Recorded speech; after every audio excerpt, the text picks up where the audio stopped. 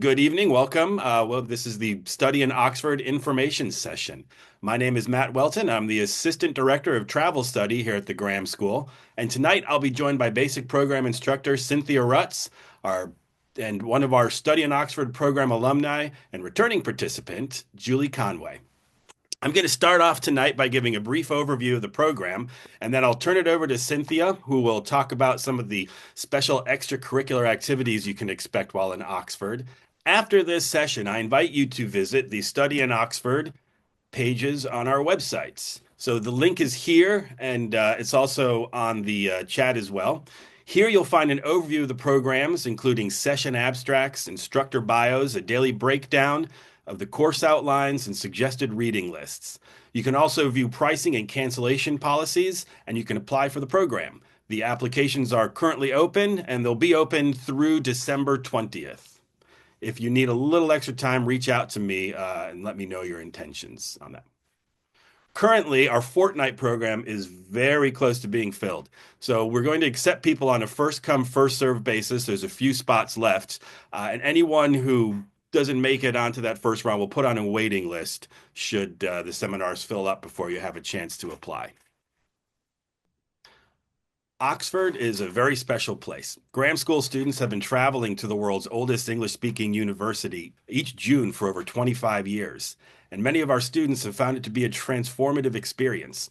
You'll be treading on sacred ground, where authors have created magical worlds, scientists have named bits of the cosmos, and where countless scholars have debated in numerous topics since before the first King Henry ever ascended the throne of England. While you're in Oxford, we want you to be immersed in your study and exploration. So please know that you'll be well cared for. Both Cynthia and I will be traveling with you, taking classes alongside you, and will always be available during free time to set up extra opportunities. The staff from the University of Oxford Department of Continuing Education are on site daily, and they're available to help with any issues you might have. This year, we're going to offer two options. There's a 2-week fortnight with two separate study seminars for students to choose from, and then a 1-week Senites where all students will take the same seminar. Our programs take place in June, and as many of you know, the weather in England can be unpredictable at any time. So if you do travel with us, we strongly suggest you pack a raincoat along with sweaters and clothes for warmer weathers, just in case the weather takes a turn. People do dress up in Oxford, and the trip will include an upscale dinner, so a sports coat or a jacket for men is highly recommended. Now, since we'll be doing a lot of walking on some uneven pavement of very old streets, comfortable walking shoes are an absolute must. And I do want to let you know there is a fair amount of walking on this trip. And for those who want to travel light, there are coin-operated laundry machines available where we're staying, and you can even order your class books directly to Oxford so you don't have to lug them on the flights with you. Oxford also has a system where you can leave your books afterwards so you can free up some space in your luggage for souvenirs if you don't want to take a bunch of Shakespeare back with you, or the Brontes if you're going that. Arrival at Oxford is very easy. There's a bus from Heathrow, and it departs often, and it takes you to a station located a brief walk down the hill from where we'll be staying. You see the little bus right there. And if you're joining us from a stay in London, there are frequent trains in and out of Oxford. Travel by bus or train is cost effective, and it lasts about an hour. Now, if you take a taxi from London or the airport, it's going to cost a lot more, and it's going to take a lot more than an hour to get there. So we strongly recommend the bus, or if you're in London, taking the train. Now, if you arrive at Oxford before, you can check into the rooms at Rewley House, or if you depart significantly after the checkout time, you can always store your luggage securely on site. Rewley House is our home away from home when we're in Oxford. Originally built in 1873 as a convent school, Rewley is now the headquarters of Oxford's continuing adult education program. This series of Victorian buildings is where we will sleep, dine, and take our seminars. Each room does have a private bathroom, in-room coffee-making facilities, a TV, and free Wi-Fi. But since this is closer to a dorm than a five-star hotel, you shouldn't expect amenities like nightly turn down or after-hours room service and that sort of thing. Like you can see in the photo listed here, the roofs are a bit slanted in some of the rooms, so they may have low ceilings. You might want to watch your head if you're roaming around and such. While there are fans in every room, it's also important to know that there will be no air conditioning. Victorian building that just doesn't have air conditioning set up or uh, elevator systems set up like we would want to have them here. Now, at Ruley, there are no bedrooms on the ground floor, and some of the classes may be on the second floor. So please do keep that in mind. You will have to climb stairs from time and again. There's limited elevator access. It doesn't always go to where we need it to go. In addition to double and single rooms, classrooms, and a screening room, Ruley also boasts a courtyard with a large common room where we'll have our tea breaks every day, and where in the evenings, before and after dinner, students can gather at the bar for drinks. Ruley House also offers a library and a computer room for guests' use. While other groups will be staying at Ruley House, each seminar is dedicated to Graham School travelers alone. We always eat together and we do a lot together. Now, while each group does tend to stick with each other, you will have a chance to interact with other people from other groups if you want to during the tea or the common, the afternoon bar time in that common room and such. Now, Oxford itself is a very condensed city, so everything you need is going to be located a very short walk in any direction. When you're there, ask us if you want coffee. Ask us where to go. It's a quick walk over there. The Ruley House is centrally located. It's surrounded by many restaurants, historic pubs, shops. Now, I always recommend that our travelers bring their preferred over-the-counter medications, cosmetics, sunscreen, and such along with them. But if you forget anything, chances are you can find it close by. These seminars are the highlight of the Oxford travel program. These are 3 hour long seminars each day that are taught by Oxford tutors. There's an advanced reading required and some potential homework. Usually it's just additional reading and such. At the end of the program, you receive a certificate of completion from the University of Oxford Department of Continuing Education. And each weekday, the structure goes like this. We'll gather for breakfasts and then attend our 3 hour seminar with a break for tea. After lunch, we embark on walking tours, additional lectures, museum visits, and other opportunities that Cynthia is going to talk a little bit more about. Then we'll dine together at Ruley House and usually have some free time in the evenings. Or we get together and do other additional things if you'd like.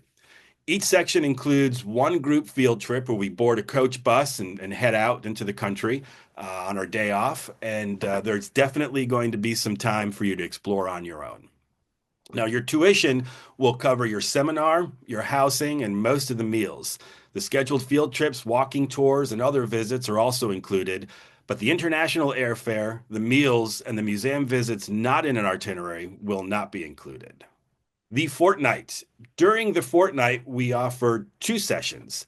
Each participant signs up for one of the seminars, whichever one they choose.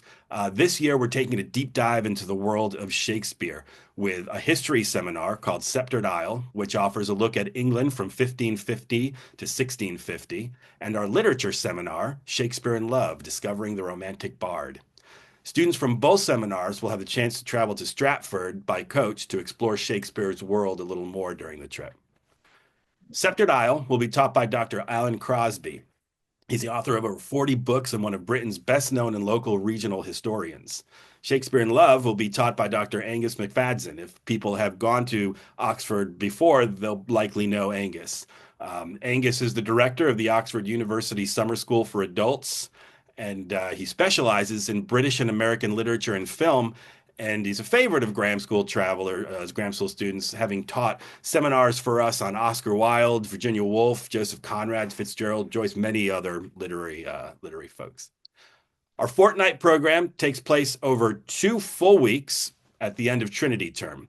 And that means classes are going to be still in session at Oxford. So you'll get a chance to see the students rushing about in their robes, the Oxford Dons going off to their convocation, getting ready for the balls. So it's going to be a very active time at Oxford. Give you a little window on what it's like to actually be an Oxford student wrapping up their semester. Now, the Senites, our 1 week program, offers you the opportunity to take a deep dive into the works and the world of the Brontë sisters. For 1 week, we'll explore the texts of Jane Eyre, Wuthering Heights, and The Tenant of Wildfell Hall. This session will examine the legacy of the three sisters as we look at the Victorian period and the archetypes within the period, the Brontë myth, and the reinvention of the Gothic romance, which challenged conventional ideas of both gender and religion. The Brontë sisters, Lives, Literature, and Legend, will be taught by Dr. Emma Plaskett, whose area of academic focus includes gender and reputation in fiction by 18th century novelists. Since 1994, Dr. Plaskett has taught English literature from 1640 to 1901 for various Oxford colleges. And last year, she joined us at Oxford for our very popular Jane Austen seminar. For the Senite, all students take the same seminar, setting out together after lunch for group field trips, including a visit to Strawberry Hill House and Garden, an 18th century Gothic revival villa and the home to writer of the first Gothic romance, Horace Walpole. For more information about both the Fortnight and the Senite, course descriptions, and reading lists, please visit the website when you get a chance. Now, study in Oxford is open to anybody who's interested. The program attracts Graham School travelers, Graham School alumni, UChicago alumni, friends of the university, and other lifelong learners. Like I said, there's probably a few of you in the audience that go back year after year. So we do get a fair amount of return travelers on these trips. When you take a trip like this with the Graham School, we strongly suggest that you do purchase travel insurance for these. University of Chicago does not offer any type of traveler's insurance for folks, and we don't actually endorse any travel insurance companies, so we tend not to get involved with recommendations. The best thing I found is to just Google top travel insurance of 2024. Usually Forbes or something has a list, and you'll find some good folks. They're all legitimate. Reach out to me if you have any questions. I've run travel for the Institute for the Study of Ancient Cultures here on campus, and we've dealt with many insurance issues and stuff. So I'm not going to say this is the insurance you should go to, but I can help you a tiny bit with that such. Now, if this program is canceled by the University of Chicago or the Oxford University, you'll receive a full refund of your tuition. But since the flights aren't included in the tuition, you won't receive a reimbursement for your flight. So that is really the reason to get that travel insurance. It's a big part of it. So the applications are currently open. They've been open for a little bit. I know one person had asked when they opened. I started at Graham School about a month ago, so they were open a little bit before I got here. So I know that they've been on the site and been open, and they usually do fill up quite quickly for these programs. When you go to the site, you'll see a little red button pictured here, and you can click on it and you'll be taken through the process. It's a pretty simple process. Everything makes sense. We're going to ask you for emergency contact information. That's so we could have it and don't have to bug you later on. We've recently switched it, so passport information is now optional. We asked for the passport information so we could book the rooms at Ruley House and deal with some of the in-country travel. If you don't feel comfortable putting it on the website, I'll reach out to you afterwards and get that information from you before we travel. Now, you'll also be asked what your UChicago and Graham School affiliation is on that site. If you're not affiliated with the UChicago or the Graham School, it's no worries. Don't let that discourage you. Just simply let us know how it is you found out about the program. Now, in the coming weeks, we're going to be reviewing the applications and accepting students largely on a first-served basis. At that time, I'll reach out to you with information on how to submit your tour deposit of $1,200, which includes a non-refundable amount of $500. Now, once that tour deposit's made, your spot's going to be secured, and that means you'll be subject to the cancellation policy, which is listed on our website. Since I mentioned I'm pretty, brand spanking new here to the Graham School, so I'm going to now turn this over to basic program instructor Cynthia Rutz, who will give you a bit more insight on what you can really expect while exploring Oxford. Cynthia received her PhD from the University of Chicago, and her dissertation topic was Shakespeare's King Lear and folklore, which fits in perfectly into our exploration of the Bard here at Oxford. Cynthia joined the basic program in 1991 and served as chair from 1999 to 2004. And she's currently director of faculty development at Valparaiso University. So, as I now move to spotlight Cynthia, please join me in welcoming her to this chat. Okay. Welcome, everybody. Well, I'm very excited to be spending this year in Oxford with some of you. This will be my third time going with this particular group. I did a Graham School Oxford program back in the 80s that was a 3-week program where we got to stay in Christchurch. So I've been to Oxford many times. I love it. And I've said before, it's like Disneyland for people who read. There's just, you can't throw a rock without hitting a place that a famous author or conductor or politician has been. So I want to talk to you about what to do in your free time. There's a really nice mix in the program of times that you're in classes and times that we're on formal trips, but then a good amount of time when you're on your own. As has already been said, we are so close to so much in Oxford. We're a block away from the Ashmolean, so you can wander over there and just spend an hour walking around, wander back out. We're also near the Pitt Rivers and Natural History Museum. That's probably maybe an 8-minute walk from Ruley House. Two amazing places to see. And then another, the Bodleian Library is also outstanding. If some of you have seen the Harry Potter movies, that's the library that they filmed in. So it's got a lot of wonderful old manuscripts. There are terrific tours that you can take of the Bodleian. But then apart from those more formal places, there's also just wandering around town. You can wander in and out of the colleges. One nice feature, because you do have to pay for college tours, is that many of the colleges have something called evensong every night. And it's the choristers of the college choir singing in the college church or chapel. And it's one of the transcendent experiences of Oxford to listen to an English choir singing English choral music in an English cathedral. It's just outstanding. So that's something that can be done. Right just a block away from Ruley House, there's a street called Little Clarendon Street that you'll quickly become familiar with because, for one thing, it's got the coffee shop, Gales. And one thing that the English perhaps don't do as well as Americans is coffee. So at every meal, there's tea and coffee. But if you want the real stuff, if you want your half calf, with extra cream, etc., you're going to find that a block away at Gales. So many of our students who need their morning coffee will go to Gales first before breakfast. That same street that's nearby has a wine bar, a wonderful French restaurant that a lot of people go to. Let's see, other things. High tea, of course, is a very English experience, and there's several wonderful places in town to go for high tea. One is a nice old hotel downtown. The other is the roof of the Ashmolean. One year I went with about 6 or 7 students up there, and they do a wonderful full tea, and you have this fabulous view of the roofs of the city. Let's see, other things. Well, walks. So there's a group of us that got started a couple of years ago, walking in the morning before breakfast.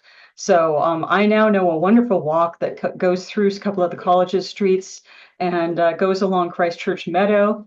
Takes about 45 minutes, and it's a really nice walk to do before breakfast. So if you're into walking, I'll certainly get that started again, and we'll have a group of folks who do a lovely morning walk before the city gets busy. Another thing, of course, is restaurants, and there are many, and they're wonderful.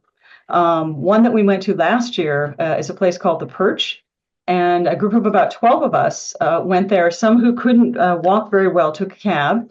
The rest of us took a nice half-hour walk through meadows and past a flowing stream and past some students picnicking for an end-of-the-year party to The Perch, which was an inn that's been there for something like 400 years. And they had a lovely garden. So just all kinds of things to do in Oxford. And what you'll find, I think, is that there's places to go on your own. If you want to get together with other folks, we'll be planning excursions. And one of the things I did last year is I researched each night what was going on, and I wrote it on a whiteboard that we had. So on any given day, you could look at the whiteboard and see what was available to do during your free time, whether it was a play that a college was putting on or a theatrical performance in town or a movie. There's stuff going on all the time.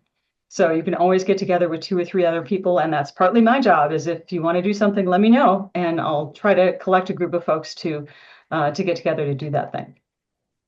So I think that's what I have to say about doing stuff outside class, Matthew. Well, thanks very much, Cynthia. The next person here, here's a view of some of our students who went. You might be one of you out in the audience, might be one of those folks.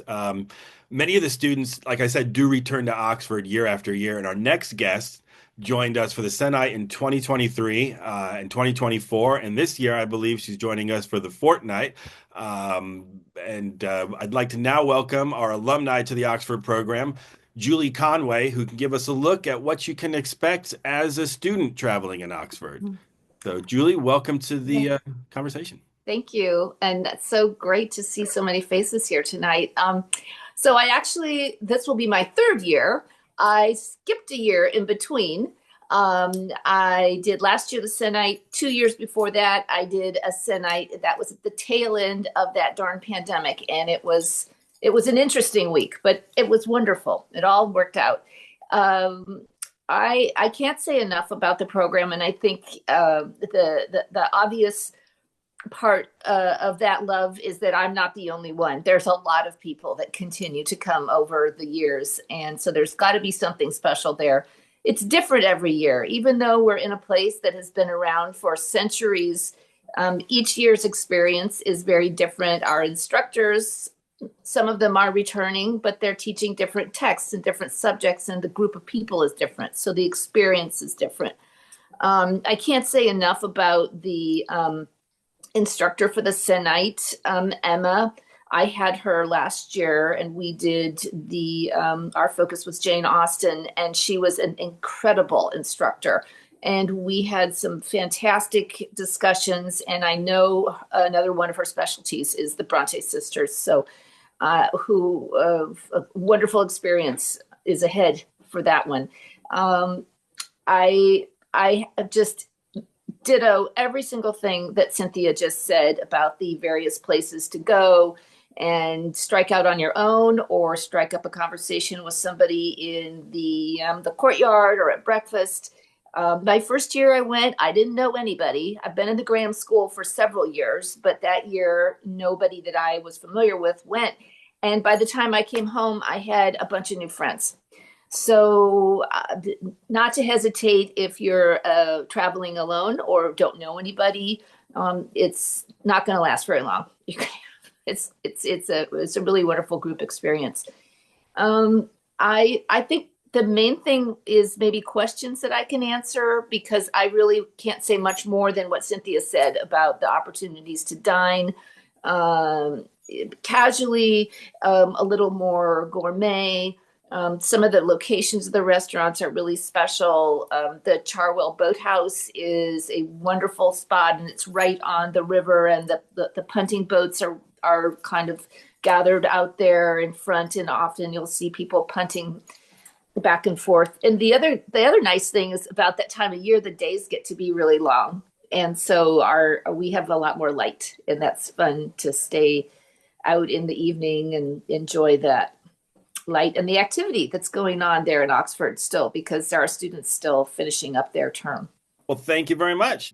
I want to thank everyone for coming. If a question does come up, definitely reach out to me. Again, mwelton@uchicago.edu about this or any of the travel that's coming our way at Graham School. So I want to say thank you to Cynthia, and thank you to Julie, and thanks for all of you for joining us tonight. So thanks for coming. Bye-bye. Hope to see some of you in Oxford.